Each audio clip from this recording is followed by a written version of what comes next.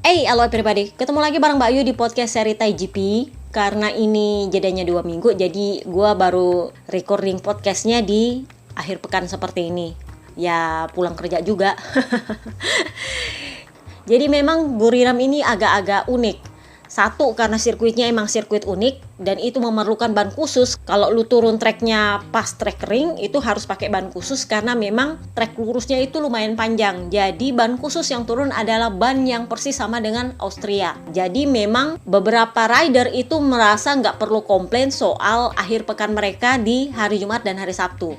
Karena mereka bisa maksimal memanfaatkan ban, terutama di kualifikasi. Jadi ini memang sedikit berbeda dengan waktu di Motegi. Di Motegi itu entah Pecco, entah Quartararo itu komplain karena kualifikasinya kan di trek basah. Nah sementara mereka itu agak susah untuk maksimal dengan ban basah di trek Motegi. Karena memang waktu di Motegi mereka itu agak ragu untuk meresikokan diri mereka. Karena itu kan kualifikasi, kalau kenapa-kenapa kualifikasi nggak bisa nge-race kan lebih resiko. Jadi mereka merasa itu nggak maksimal kualifikasinya. Nah sementara di Buriram mereka senang-senang aja. Kenapa? Karena mereka bisa maksimal di kualifikasi. Dan gak ada yang menyangka bahwa waktu race itu bakal sedahsyat itu hujannya.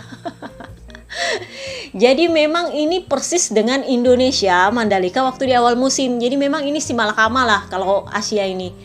Mau awal musimnya hujan juga, mau akhir musim sama juga hujan juga. Jadi gimana ya? Kalau di Mandalika kemarin itu cuacanya adalah panas mulu. Nah, gara-gara panas mulu akhirnya Capirossi bilang bisa nggak agak-agak hujan sedikit. Nah, itulah akhirnya mulai hujan, pagi hujan. Nah, masalahnya pas hari Minggu hujannya ternyata gede. Tapi pada akhirnya mereka bisa nge-race juga tanpa terlalu banyak ditunda. Plus lebih kepada masalah drainase. Hujannya memang turun tapi nggak sederas di Thailand. Jadi waktu nge-race di Buriram itu mereka masih hujan dan hujannya itu lebih deras daripada di Mandalika. Di Mandalika itu hujannya nggak terlalu deras waktu mereka nge-race. Yang masalah adalah drainasenya yang jelek. Jadi memang muncratnya itu lebih dari drainasenya. Sementara kalau di Buriram bukan masalah drainasenya itu yang bermasalah cuma di tikungan 3 katanya. Tetapi yang bikin masalah ini adalah hujannya. Saking lumayan deras itu agak sulit untuk balapan karena itu yang bikin muncrat susah melihat. Jadi drainasenya bukan yang nggak bagus, tetapi karena tingkat hujannya sudah deras, drainasenya nggak bisa mengimbangi. Nah itu akhirnya jadinya banjir. Itu yang bikin Dorna menunda terus race-nya. Kalau menurut gua ini masalahnya adalah kalau di Mandalika itu yang ngurusnya itu cuma satu pawang. Nah kalau di Buriram kalau gua lihatnya sih ini sepertinya perang pawang hujan deh. Jadi kalau kalian perhatikan mulai dari Moto2 itu kan pertama tuh hujannya deras, habis itu masuk kan red flag. Nah begitu hujannya berhenti, ya mungkin karena pawang hujannya yang bikin berhenti apa gimana, atau emang cuacanya udah nggak hujan, mereka kan keluar lagi. Nah begitu mereka keluar baru 1 lap buat sustaining lap, lihat itu hujannya deras lagi, bubar lagi. Bener nggak? Itu sampai 3 kali. Karena sampai 3 kali ditunda, akhirnya apa Dorna bilang, ya udahlah nggak usah di restart, langsung aja podium. Kan pusing, tapi pakai setengah poin jadinya mereka dihitung. Cuman ya emang jadinya ketahuan bahwa itu sepertinya ada satu yang mendatangkan hujan, yang satu berusaha untuk menghentikan hujan. Ada yang bilang kenapa masih percaya yang seperti itu? Hey, Thailand. Kalau kalian pernah ke Thailand, kalian akan tahu itu seperti apa. Di sana memang agama mayoritas adalah Buddha, tetapi ada juga yang kalau di kita itu, kalau di Jawa dibilang kejawen. Oke, jadi ada versinya seperti itu di Thailand. Jadi memang gua nggak tahu apakah ada gesekan antara sesama pawang hujan karena cuman beberapa yang dihubungi oleh panitianya apa gimana, gua nggak tahu. Tetapi itu emang kelihatan banget. Jadi begitu satu berusaha menghentikan, satu nurunin, satu hentiin, satu nurunin, ya gitu-gitu aja terus. Gue tuh sampai mikir ini kalau dia nge-race MotoGP ini pasti akan turun hujan. Dan memang turunnya hujan lumayan deras malah, meskipun nggak sederas waktu mereka selesai balapan. Jadi ya paling nggak kalau memang ada pawang hujannya di sana, dia berusaha untuk nahan supaya ini nggak deres-deres banget lah.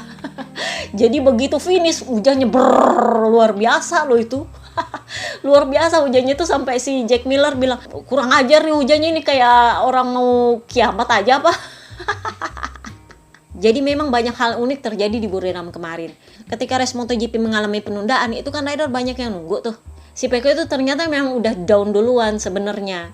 Jadi ketika itu kan hujannya masih deras tuh, masih deras banget. Ada orang yang pingsan di depan dia terus digotong ke medis. Jadi dia itu katanya agak down. Nah pada saat itulah teammate sejati dia. Jadi si Peko itu memang memberikan gelar teammate sejati untuk Jack Miller. Jack Miller nongol ke pedok dia.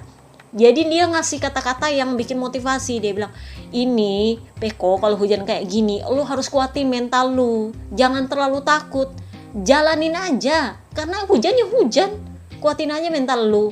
Jadi katanya itu lumayan membesarkan hati dia, yang bikin dia kuat hati untuk mempertahankan posisi dia sebaik mungkin. Kurang lebihnya sih seperti itu. Nah, yang menjadi sorotan adalah dia sama Sarko ketika akhirnya balapan. Jadi si Miller itu kan emang posisinya sudah di depan kemarin. Kenapa? Karena memang Miller ini jagonya kalau balapan basah. Semua sudah memperkirakan. Kalau bukan Oliveira ya Miller. Salah satunya juga sebenarnya sih si Petrus. Cuma si Petrus karena udah terlalu lama nggak balapan, dia itu sampai yang si Miller tuh sempat bilang, saya sebenarnya bukan cuma khawatir soal Oliveira sih, saya sempat mikir Petrus. Kenapa? Karena Petrucci ini memang jago kalau balapan basah. Si Petrus itu ternyata sampai membalas di sebuah sosial media, dia bilang gini, oh saya sudah jadi orang tua sekarang men, lambat banget. Karena kan dia udah lama nggak bawa motor, jadi dia bilang sudah balapan basah, udah dia nggak terbiasa, jadi ya udah nggak bisa secepat dulu. Nah itu yang bikin si Miller lumayan kekeh untuk mempertahankan posisi dia dari Pecco Bagnaia. Kenapa? Karena memang dia kuat di saat hujan. Agak aneh kalau dia membiarkan Pecco Bagnaia melewati dia. Dan memang sebenarnya Pecco Bagnaia nggak sekuat itu di saat hujan. Jadi dia nggak akan mengalah juga. Ya bener juga sih kalau menurut gue jadi Miller. Kemarin itu dia jadi posisi 2 hanya karena Oliveira menyalip dia. Yaitu sempat disoroti. Si Miller nggak ngasih posisi dia ke Pecco Bagnaia. Nah, yang jadi sorotan adalah si Zarco. Jadi si Sengak ini emang sebenarnya dia di belakangnya Marc Marquez sebenarnya. Jadi begitu Marc Marquez mencoba untuk menyalip Pecco Bagnaia udah deket banget, si Zarco mencoba mengambil alih dalam tanda kutip melindungi Pecco Bagnaia. Dia bahkan sempat battle loh sama Marc Marquez saking kekeh banget untuk melindungi Pecco. Jadi memang itu menjadi perkiraan, oh akhirnya dia bisa menang battle nih. Nggak terlalu lama juga sih battlenya, karena pada akhirnya si Marc Marquez memutuskan untuk mundur. Nggak terlalu banyak ribut sama Zarco. Nah, yang menjadi perkara adalah ketika Zarco mencoba sekali untuk menyalip Pecco Bagnaia. Pada akhirnya dia memutuskan untuk mundur dan dalam tanda kutip menjaga Pecco Bagnaia. Si Marc Marquez sendiri bilangnya kayak gini, saya sih sebenarnya nggak terlalu ngoyo. Kenapa? Karena memang saya dengan Ducati itu emang beda jauh. Jadi Pecco itu kalau dia jurdun, Ducatinya yang emang hebat. Saya sama Zarco aja susah, apalagi sama Pecco. Nah, reaksi para petinggi Ducati atas kejadian ini yang bikin ini jadi gosip lumayan anget di MotoGP. Kenapa? Karena memang MotoGP sendiri yang menayangkan video itu baru-baru ini. Ya versinya nggak terlalu panjang sih. Versi panjangnya gue lihat di situs lain yang itu memang kelihatan semua dari awal sampai akhir. Jadi memang sebelum video ini keluar, si Zarco tuh bilangnya kayak gini, saya memang ragu untuk menyalip Pecco Bagnaia. Bukan karena saya nggak sanggup untuk menyalip dia, tetapi saya nggak mau membuat dia dalam resiko, membuat kesalahan. Karena kalau kami battle, itu resiko untuk membuat kesalahan itu sangat besar, terutama karena ini cuacanya hujan. Jadi saya nggak mau membuat kami semua dalam resiko dan membuat kesalahan. Kalau sama Marquez itu nggak masalah. Kenapa? Karena dia kan pabrikan lain. Kalau Pecco kan beda cerita. Jadi dia bilang kayak gini, memang kami diberitahu untuk tidak mengalah kalau itu untuk berebut menang. Jadi posisinya kayak Miller sama Pecco kemarin. Si Miller kan otomatis sudah menang. Jadi kalau memang Pecco mau mencoba menyalip dia untuk menang, si Miller punya hak untuk mempertahankan posisi. Kenapa? Karena ini untuk memperebutkan posisi kemenangan. Katanya itu diizinkan oleh Gigi Dalinya. Tetapi beda cerita kalau itu adalah posisi lain. Bukan untuk menang. Kita harus memperhitungkan jangan sampai ini merugikan. Dia bilangnya sih kayak gitu. Jadi menurut dia kemarin kedua kondisi itu sudah terpenuhi oleh dia. Jadi yang pertama, dia menang dari pabrikan lain, yaitu Marc Marquez. Yang kedua, dia memperhitungkan posisinya Pecco Bagnaia. Ya iya, sesuai dengan asas dan sila Pancasilanya ala Ducati. Jadi itu gue bilang Pancasila ala Ducati. Satu, lo boleh battle kalau itu untuk memperebutkan kemenangan. Yang kedua, jangan merusak race rider lain. Jadi ya memang itu semua dipenuhi sama Zarco. Sebenarnya sama Miller juga dipenuhi karena dia kan memang memperebutkan posisi untuk menang sebelum ada Oliveira ya. Nah, yang menjadi perhatian adalah ketika videonya itu keluar kemarin. Kenapa? Karena kan memang di Ducati ini bahasanya adalah bahasa Italia, jadi nggak terlalu diperhatikan. Tetapi ketika itu dikasih arti keluar, nah mulailah ketahuan tim ordernya saudara-saudara. Jadi gosip berhembus sepoi-sepoi itu antara Pramac dengan Ducati pabrikan itu mulai ada clash. Kenapa? Karena ternyata Tardozzi ketahuan memberikan tim order langsung kepada rider mereka. Kenapa? Karena ketika finish selesai, si Tardozzi itu kan pelukan tuh sama Gigi Dalinya sama Ciabatti. Keceplosan dia bilang, oh saya sudah ngomong tuh sama mereka. Artinya apa? Dia sudah bicara langsung kepada rider-rider ini mengenai Pancasilanya Ducati. Jadi memang kalau mau dibilang tim order ya bukan tim order juga. Tim order itu adalah dari tim ke para rider. Ridernya tim itu, bener? Nah sementara Tardozzi ini kan manajernya tim pabrikan. Kalau dia langsung melompat ke ridernya para tim satelit berarti ada manajemen yang dilewati. Nah ini yang Pramac kayaknya nggak terima. Gosip berhembus sepoi-sepoi ini dilakukan Tardozzi karena kemarin Enea Bastianini sempat ngeles. Masih ingat di Motegi? Enea waktu itu bilang, mungkin sebenarnya ada rencana, tetapi tidak ada satupun yang disampaikan oleh tim kepada saya. Dia menunjuk apa? Tim. Itulah kenapa Tardozzi untuk Buriram ini langsung turun ke rider-rider. Dia udah nggak pakai tim. Kenapa? Ada kemungkinan dalam tanda kutip ya, tim sengaja menahan order ini nggak mau disampaikan ke ridernya. Kemungkinan Gigi sudah turunkan tim order ini kepada para manajer tim, tetapi para tim ini nggak turunin ke ridernya. Si Tardozzi potong kompas langsung ke rider ngomong. Jadi waktu finish itu si Tardozzi keceplosan. Dia bilang, iya saya sudah ngomong sama mereka. Itu yang pertama. Yang kedua, mereka pergi semua nih bertiga ke tim Pramac. Nah kelihatan tuh muka tegangnya si Tardozzi emang mengucapkan terima kasih ke manajernya tim Pramac. Dan memang sebenarnya mereka agak lama bicara. Terus keluar kata-kata dia mestinya bisa menang. Dan itu masih tetap ditanggapi dengan muka tegang oleh tim Pramac. Muncullah si Gigi Dalinya, kasih selamat. Terus dia bilang kami minta maaf, benar-benar minta maaf. Kelihatan yang kedua. Nah yang ketiga ini yang sebenarnya nggak kelihatan di videonya MotoGP. Baru kelihatan hari ini dikeluarkan oleh sebuah situs MotoGP yang lain. Dan itu adalah ketika Ciabatti yang memberikan pelukan. Jadi ada keluar kata-kata seperti yang dikatakan oleh Gigi. Jadi memang sudah gue bilang Gigi sudah menginstruksikan ini sebenarnya. Tapi sepertinya tim itu nggak menginstruksikan ini ke ridernya. Dan itulah kenapa Enea Bastianini kemarin ngeles di Motegi. Jadi Tardozzi itu ngomong langsung ke ridernya. Kenapa? Karena waktu di Motegi dia ngomong ke manajernya tim Gresini. Sepertinya memang tim order itu udah turun ke tim Gresini tapi nggak disampaikan ke rider. Karena ngeles si Enea Bastianini. Dia bilang nggak ada disampaikan dari tim. Oke, jadi kalian ngerti di mana putusnya tim order ini. Itulah kenapa Tardozzi akhirnya langsung turun ke rider. Karena dia nggak mau ini order ketahan di manajer tim. Karena manajer tim sendiri juga punya ambisi. Oke, itu yang bikin tim Pramac sepertinya nggak suka. Kenapa? Karena ternyata Tardozzi ngomong langsung ke ridernya. Tapi kalau ada yang bilang apakah Pecco ini hebat, menurut gue dia hebat. Nah masalahnya adalah Ducati itu adalah motor terbaik di track. Jadi rider lain juga hampir sama hebatnya. Meskipun gak sehebat dia juga, tetapi hampir sama hebatnya di kondisi-kondisi tertentu. Jadi ya memang harus pakai tim order supaya para rider Ducati yang hampir sama hebatnya dengan Pecco ini nggak menjegal Pecco. Kenapa? Karena yang hebat adalah Ducatinya. Udah bener kata Jurundakor, yang hebat itu Ducatinya, bukan cuma ridernya. Jadi pada kondisi tertentu 7 rider Ducati yang tersisa ini akan menunjukkan kehebatan mereka. Bedanya adalah dengan Pecco yang lebih konsisten hebatnya, sementara mereka ya kadang hebat kadang enggak. Ya sebenarnya Pecco juga kadang hebat kadang enggak, cuman apesnya masih bisa diatasi lah, kurang lebihnya sih seperti itu. Nah, sementara rider lain itu hebat pada kondisi-kondisi tertentu. Nah, ini yang coba dijaga oleh Gigi Dalinya. Jangan sampai ketika para rider lain ini muncul hebatnya itu menjegal si Pecco Bagnaia. Itulah kenapa turun tim order, karena Gigi Dalinya tahu level motor dia ini kalau lagi dipakai dalam kondisi tertentu oleh rider yang emang cocok dengan kondisi tertentu itu bisa hebat juga. Ngerti kan?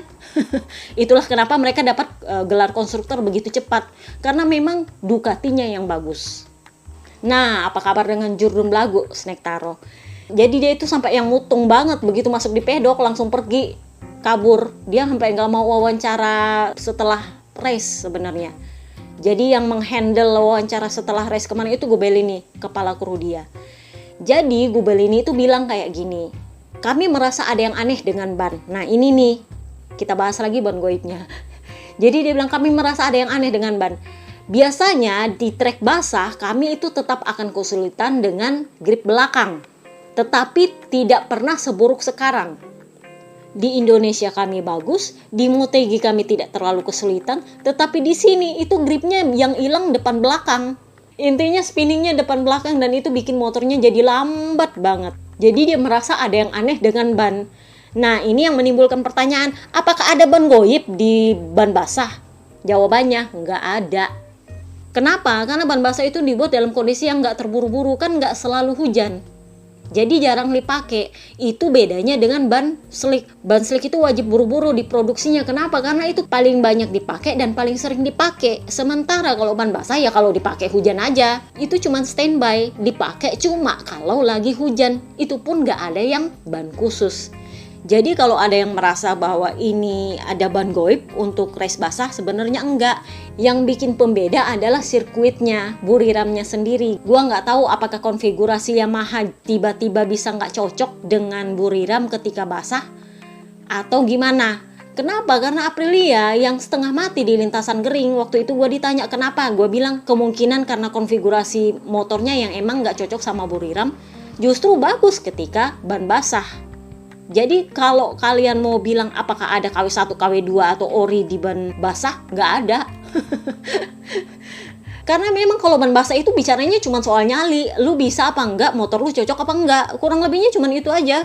Lihat aja Oliveira, nggak terlalu mendominasi selama trek kering. Tetapi ketika dia basah, dia jadi rajanya.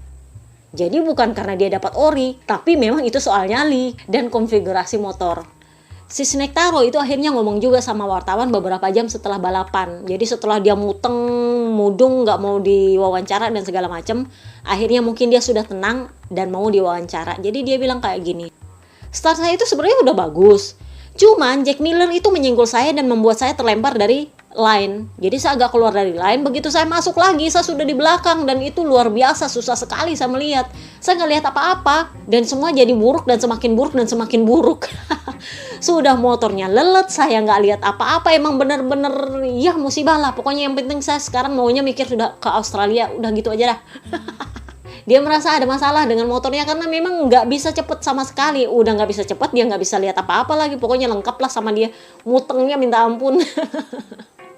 Karena dia finishnya udah di luar poin, emang nggak bisa ngapa-ngapain lagi, emang udah jauh banget. Morbidelli sendiri tumben-tumbennya menjadi Yamaha terbaik yang finish kemarin. Itu pun dia sendiri bilang, ini motor sudah kering lambat, basah lebih lambat lagi. Karena dia sendiri sebenarnya sudah sempat masuk 10 besar. Terus di lap terakhir dia itu ternyata di overtake sama Brad Binder dan Alex Espargaro yang juga emang lagi battle. Jadi ya akhirnya dia mundur, turunnya di posisi 12 atau 13 gue lupa. Tapi masih di area poin dan dia finish sebagai Yamaha terbaik. Jadi dia bilang kayak gini, dia banyak banget PR-nya untuk musim ini. Dia berharap pengembangan M1 untuk musim depan itu bisa lebih cocok sama dia karena dia turun tangan juga untuk ikut menguji. Jadi dia harapannya sih seperti itu, karena memang yang musim ini kan memang bukan pengembangan dia. Jadi memang riding style dia itu memang murni harus mengikuti Fabio Quartararo. Kenapa? Karena memang pengembangan motor yang tahun ini itu sepenuhnya mengikuti riding style-nya Fabio Quartararo. Nah, ngomongin soal Alex Espargaro. Jadi Alex Espargaro ini sebenarnya dia kalau tanpa LLP mungkin dia ada di 5 besar kalau menurut gua. Kenapa? karena ternyata dia kena long lap penalti. Itu sebenarnya bukan lap awal sih, mungkin sudah lap kedua kalau menurut gue ya. Jadi dia itu nyenggol si Brad Binder. Akhirnya Brad Binder keluar dari line dan melorot ke belakang. Gue sebenarnya sih menurut gue itu juga nggak patut di LLP sih, tapi akhirnya tetap juga di LLP sama RD. Namanya dramatisasi klasemen lah ya. Makanya dia bilang LLP di Buriram ketika hujan itu kayak jalan di desa-desa yang jauh banget, lama banget. Biasanya 1 detik selesai, ini 3 detik baru selesai.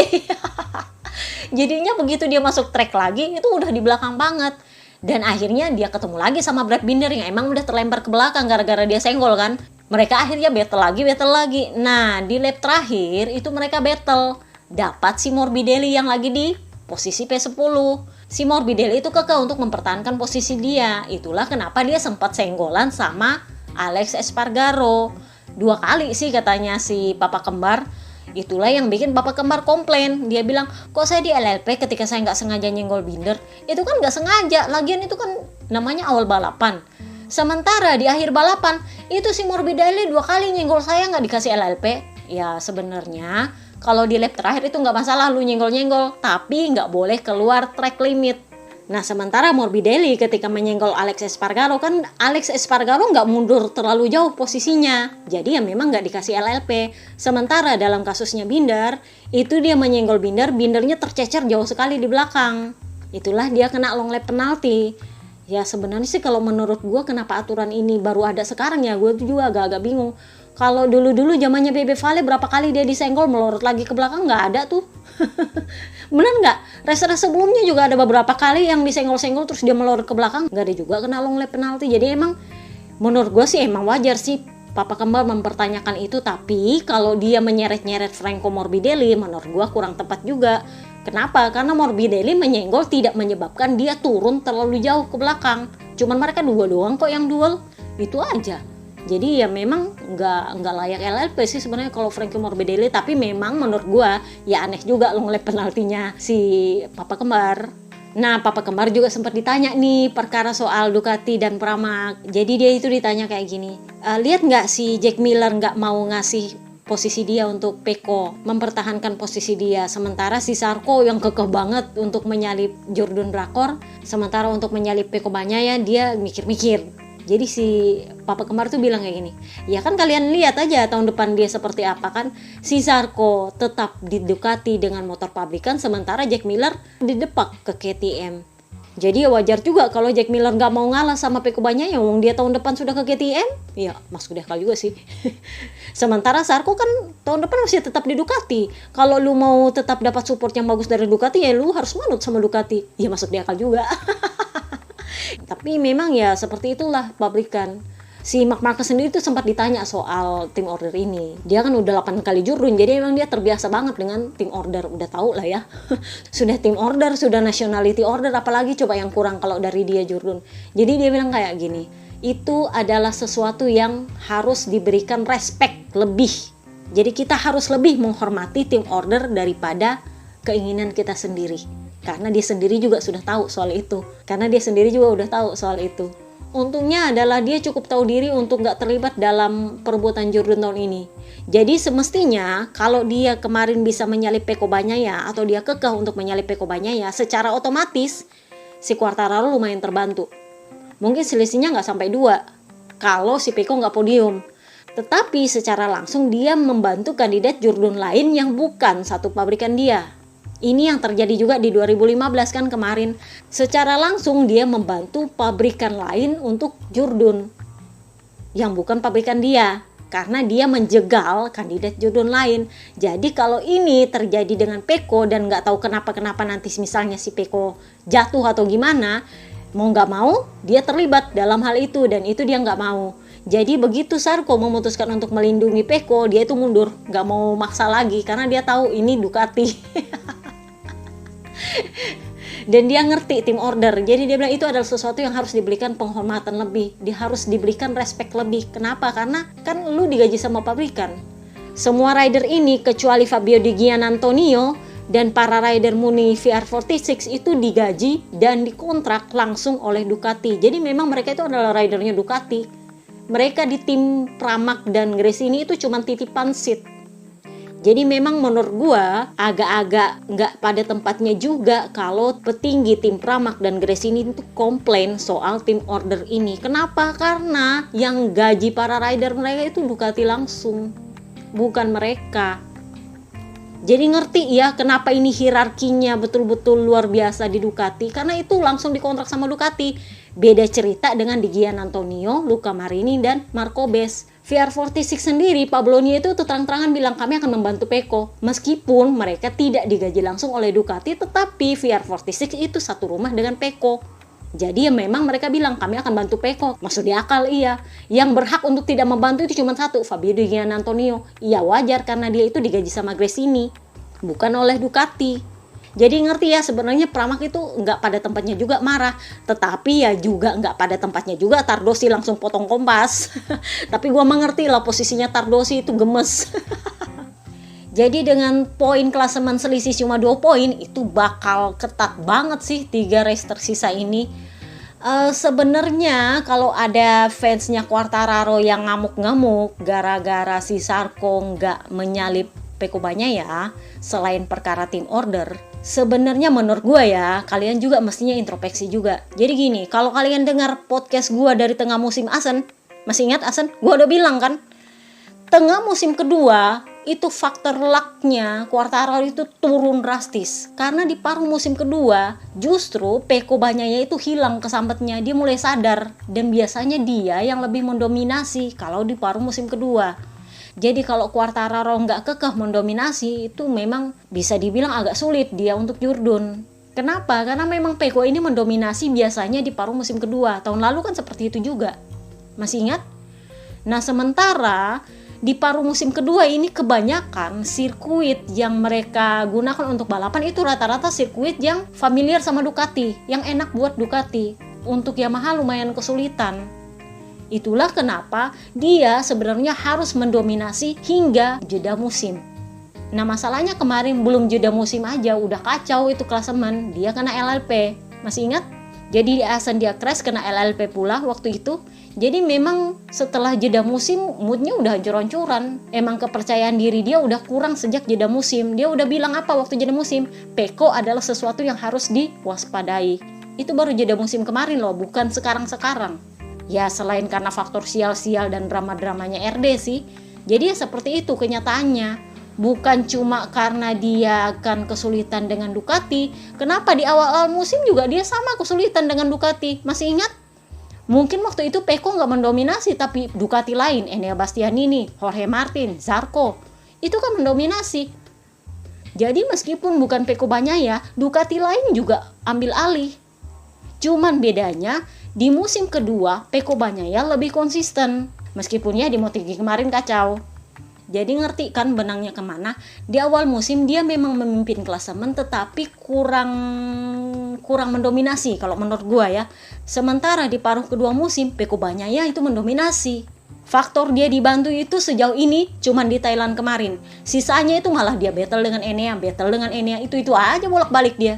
Tapi secara garis besar dia mendominasi. Dia hebat ya, menurut gue dia hebat. Itulah kenapa gue bilang Ducatinya sudah hebat, dia juga yang paling hebat. Rider Ducati lain hampir sama dengan hebatnya dia, tetapi mereka hebat dalam kondisi-kondisi tertentu. Pecco Bagnaia lebih konsisten hebatnya terutama di paruh musim kedua. Ini yang tidak dipunyai oleh Quartararo di paruh musim pertama. Dia padahal sempat memimpin 90 poin kemarin, bener? Tetapi akhirnya tergerus oleh berbagai kesialan dan drama-dramanya RD, belum juga sapu jagatnya Marc Marquez, pokoknya terhambur-hambur lah itu di paruh musim kedua. Jadi bukan karena Pecco dibantu, sorry itu saya kalau menurut gue itu cuman gara-gara di Buriram kemarin. Tapi ya kalau memang nanti di Sepang, di Phillip Island dan di Valencia dibantu ya sorry itu saya mau nggak mau gue harus bilang gelarnya adalah Jordan dibantu, karena memang kalau memang benar-benar dia dibantu oleh Ducati ya mau nggak mau gelar itu harus ada.